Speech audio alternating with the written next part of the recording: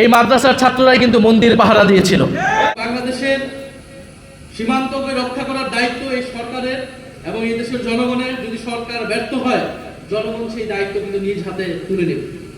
একটা তদন্ত রিপোর্ট প্রকাশ করা যে আসলে কতজন হত্যাকাণ্ডের শিকার হয়েছিল, সেই পরিবারগুলোর এখন কি অবস্থা, তাদেরকে রাষ্ট্রীয় স্বীকৃতি দেওয়া এবং ভবিষ্যতের জন্য আমাদের নতুন প্রজন্মকে সচেতন করতে হবে আমাদেরকে, যাতে এই ধরনের হত্যাকাণ্ড, এই ধরনের যে সমাজে বিভাজন হয়ে যাওয়া, সেটা যাতে আর না হয়।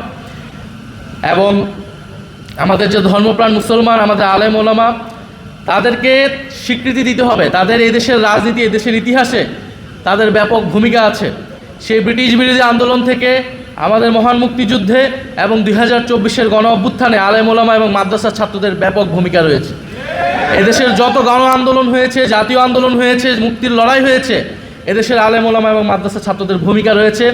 সেই ভূমিকাকে আমাদের জাতীয় ইতিহাসে যথাযথভাবে মূল্যায়ন করতে হবে, স্বীকৃতি দিতে হবে। আমরা জাতীয় নাগরিক পার্টি সেই স্বীকৃতি দেই, সেই লড়াইকে, সেই তাদের ইতিহাসকে আমরা ধারণ করি। আমরা আমাদের দেশের জাতীয় ইতিহাসেরই অংশ মনে করি এবং আমরা মনে করি যে আমাদের জাতীয় পর্যায়েও আলেম ওলামাদের কথা বলা উচিত, ভূমিকা রাখা উচিত, তাদের মেইন স্ট্রিমে আসা উচিত, বিভিন্ন বিষয় নিয়ে কথা বলা উচিত, দেশ নিয়ে, রাষ্ট্র নিয়ে, সমাজ এবং নাগরিক অধিকার নিয়ে। এবং লেলিন ভাই বলেছেন যে বিচার বহির্ভূত হত্যাকাণ্ড, মানবতা বিরোধী হত্যাকাণ্ড, এটা সকল হত্যাকাণ্ডের বিরুদ্ধে আমাদেরকে এই অবস্থানটা জানাতে হবে, আমাদের কথা বলতে হবে। এবং আমরা অন্তর্বর্তী সরকারের সময় সেটা বলেছি এবং এই সরকারের সময় আমরা বলছি যে সকল মানবতা বিরোধী, বিচার বহির্ভূত হত্যাকাণ্ড যেটা হয়েছে এবং বিগত সরকারের সময়, বিগত সরকার বলতে আওয়ামী ফ্যাসিস্ট সরকারের সময় যেই গণহত্যাগুলো হয়েছে, মানবতা বিরোধী হত্যাকাণ্ড হয়েছে, গুম হয়েছে, সব কিছুর বিচার করার দায়িত্ব বর্তমান সরকারের। আরেকটি বিষয় বন্ধুগণ, আমরা দেখছি যে আমাদের সীমান্তে আবারও হত্যাকাণ্ড হচ্ছে এবং বাংলাদেশের সীমান্ত রক্ষা করার দায়িত্ব আমাদের।